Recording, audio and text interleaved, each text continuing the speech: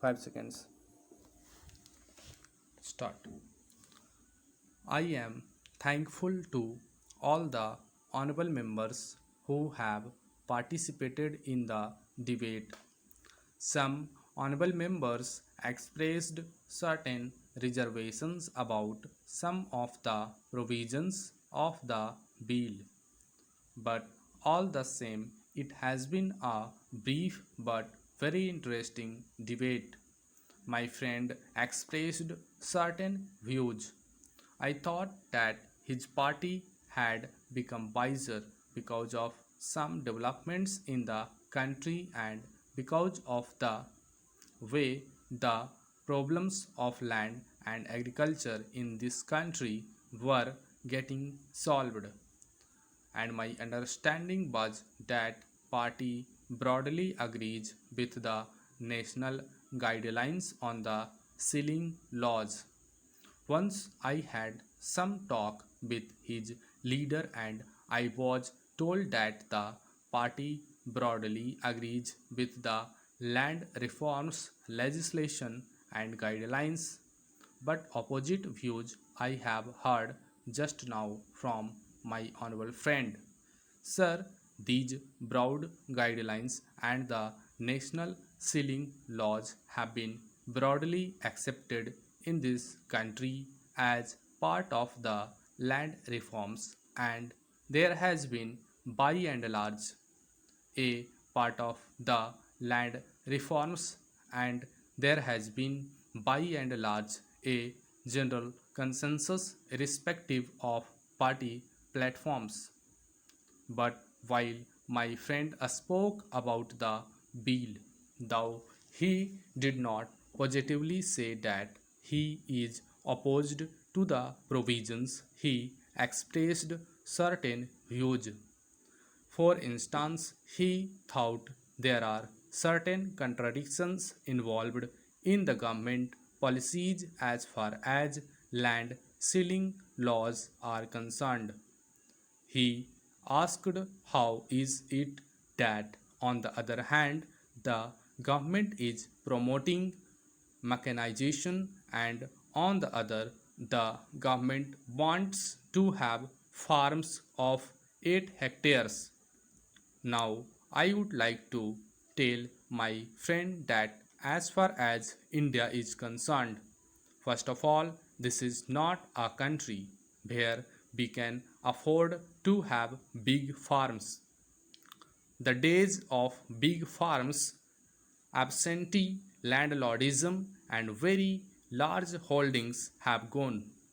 In fact, we can claim very legitimately that one of our very proud achievements is that we have done away with landlordism. We have done away with big landlords and big estates. We want this country to be a country of a small farmers, but there were certain persons, certain individuals, certain categories of persons who had in their possession very large holdings. I do not think they can have it now. But naturally, whatever may be the problems of agriculture in this country, we have tried to find solutions in its own background. We cannot follow the pattern of either the Soviet Union or America. It international experience If international experience has any lesson to teach us, it is that even a small farms can be productive farms, can be paying farms. For instance, take the case of Japan. My friend may be aware that the size of Japanese farms is less than the average size of our farms holdings, but even then they are highly mechanized and they use a small tractors and power tillers. So there is no basic contradiction. On our scheme of things, we do not contemplate that every individual should own a tractor. In fact, what we are trying to help and support in this country is that tractors and power tillers should be available either through cooperative societies or through service centers or through agro industries corporations. So, there should be an institutional framework to provide adequate draft power and necessary machinery for cultivation.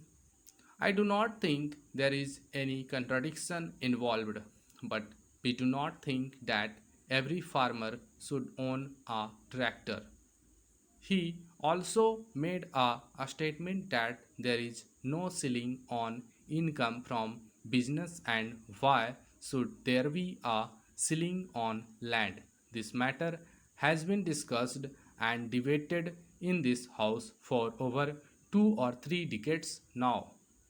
The position of land availability in this country or the land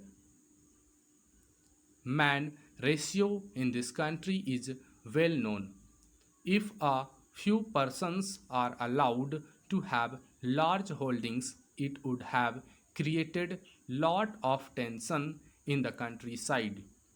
It is not, therefore, in the interests of the country, but I quite concede that it is not possible to distribute land in the rural areas on the basis of calculation of heads.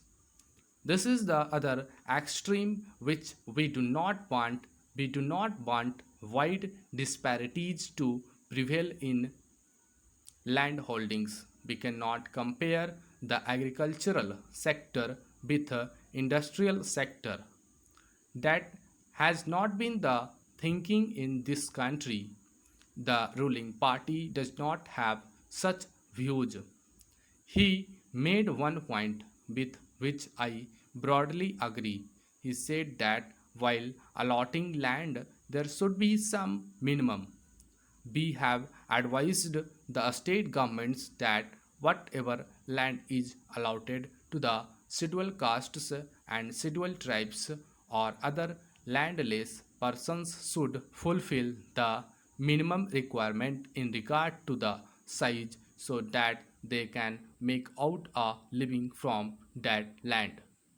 But when the landless persons are so many and demands and pressure are so much, the state government will naturally have to compromise on that taking into consideration the local situation. So naturally, they have to cut down the sizes of the lands whenever the people are more and land is not enough. I hope the people shall also compromise there.